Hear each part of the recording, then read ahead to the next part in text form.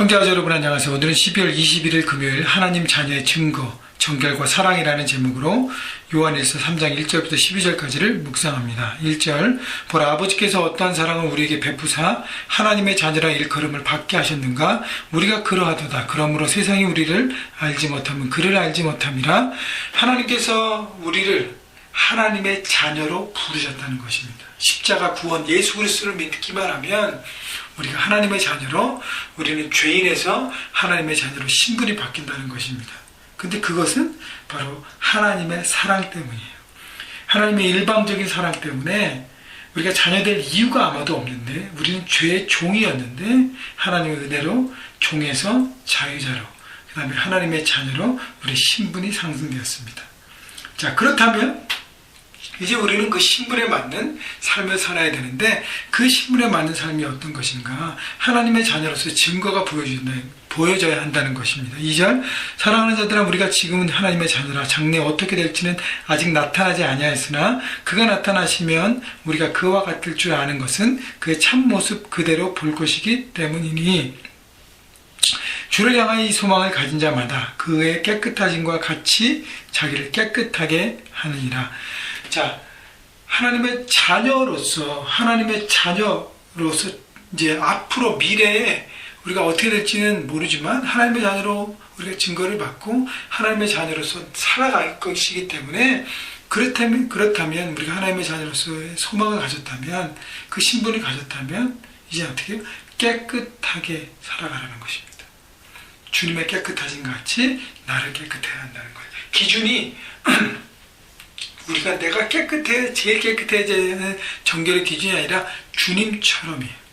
그렇다는 것은 우리의 모든 죄악을 날마다 정결케 하신 십자가의 등에서 회복되고 새롭게 되어서 하나님의 깨끗하심으로 날마다 거룩함을 추구해야 하는 것이죠. 여러분, 깨끗하고 정결하기 위해서는요, 우리 더러운 죄악의 마음을 버려야 합니다. 우리 욕심만 채우려는 마음을 버려야 합니다.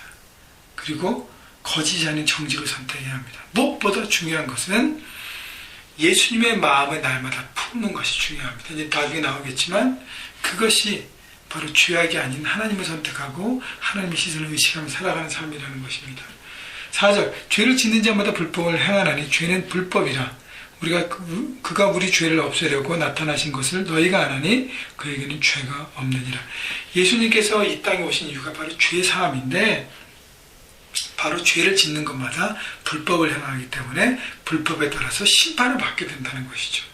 그래서 이것을 하나님께서 던져주시기 위해서 아들 예수 그리스도를 통해서 우리 모든 죄악을 담당하셨습니다. 6절, 그 안에 거하는 자마다 범죄하지 아니하나니 범죄하는 자마다 그를 보지 못하였고 그를 알지도 못하였느니라. 그래서 하나님의 자녀가 되었으면 범죄하지 않아야 된다는 것입니다. 죄를 떠나야 된다는 것이죠. 7절, 자녀들아 아무도 너희를 미혹하지 못하게 하라. 의를 행하는 자는 그의 의로우신 것 같이 의롭고. 자, 너를 미혹하지 못하게 하라라는 것은 뭐예요? 미혹당하도록 자신의 결정권을 내어놓지 말라는 것입니다. 우리가 심지가 굳고 우리가 하나님의 그 정도에 다 이렇게 파운데이션으로 있으면 어떤 주변의 유혹과도 흔들리지 않습니다. 그런데 내가 그 파운데이션, 하나님의 그 깊이 있는 것에 들어가지 못했기 때문에 조금 와도 흔들리는 것이죠. 자, 죄를 짓는 자마다 마귀에게 속하나니 마귀는 처음부터 범죄함이라. 하나님의 아들이 나타나신 것은 마귀를 멸하려 하십니다. 자, 죄를 짓는 자는 마귀에게 속한다 그랬습니다. 죄를 범한 것은 바로 마귀에게 내 결정권을 맡기는 것이고, 그리고 마귀의 자녀가 되는 것이죠. 예수님이 오시면요, 이 마귀의 일을 멸하려 영적 전쟁을 선포하고 승리하셨습니다. 악한 영의 모든 지배에 있는 죄의 종에 있는 인간들을 해방시키시고 하나님의 자녀가 되게 하신 것이 바로 예수님이 오신 목적이죠. 자, 그래서 하나님의 자녀가 된다는 것은 죄를 짓지 말아야 하는 것입니다. 그렇게 하기 위해서는 어떻게 해요? 9절, 하나님께 난 자마다 죄를 짓지 아니하나니 이는 하나님의 씨가 그의 속에 거함이요. 그도 범죄하지 못하는 것은 하나님께로부터 났습니다. 하나님의 씨가 우리 안에 있다는 것이, 하나님의 씨는 말씀이고 그 말씀을 깨닫게 하고 진리를 경험케 하고 그 하나님을 알게 하는 성령 하나님의 역사입니다. 그렇기 때문에 날마다 하나님을 묵상하는 것, 묵상도요, 저도 그런 유혹에 많이 빠지는데, 이렇게 지식적으로만 말씀을 알려고 하는 묵상에서 벗어나십시오. 하나님을 깨달아야 합니다. 내 심령이 막 움직여야 합니다. 내 중심에서 막 갈급함이 나와야 합니다. 막 전심으로 죄송합니다. 전심으로 하나님 이거밖에 없습니다라는 갈망 가운데 주님을 품고 성령께서 그 과정 가운데 깨닫게 해주신 그 말씀을 붙잡고 나가야 하는 것이죠. 그러면 우리가 죄악 가운데 떠날 수 있습니다. 우리 마음과 생각이 하나님 말씀과 생각으로 가득 차 있으면 죄의 유혹과 그것이 들어올 틈이 없는 것이죠. 말씀과 하나님 중심에서 자꾸 벗어나서 주변을 돌아볼 때 우리가 흔들리고 유혹에 넘어지는 것입니다. 10절 이러므로 하나님의 자녀들과 마귀의 자녀들이 드러나느니 무릇 의를 행하지 아니하는 자나 또는 그 형제를 사랑하지 아니하는 자는 하나님께 속하지 아니하느니라. 우리는 서로 사랑할지니 이는 너희가 처음부터 들은 소식이라. 자, 그러므로 하나님의 자녀들, 마귀의 자녀들이 분리된다는 것이죠.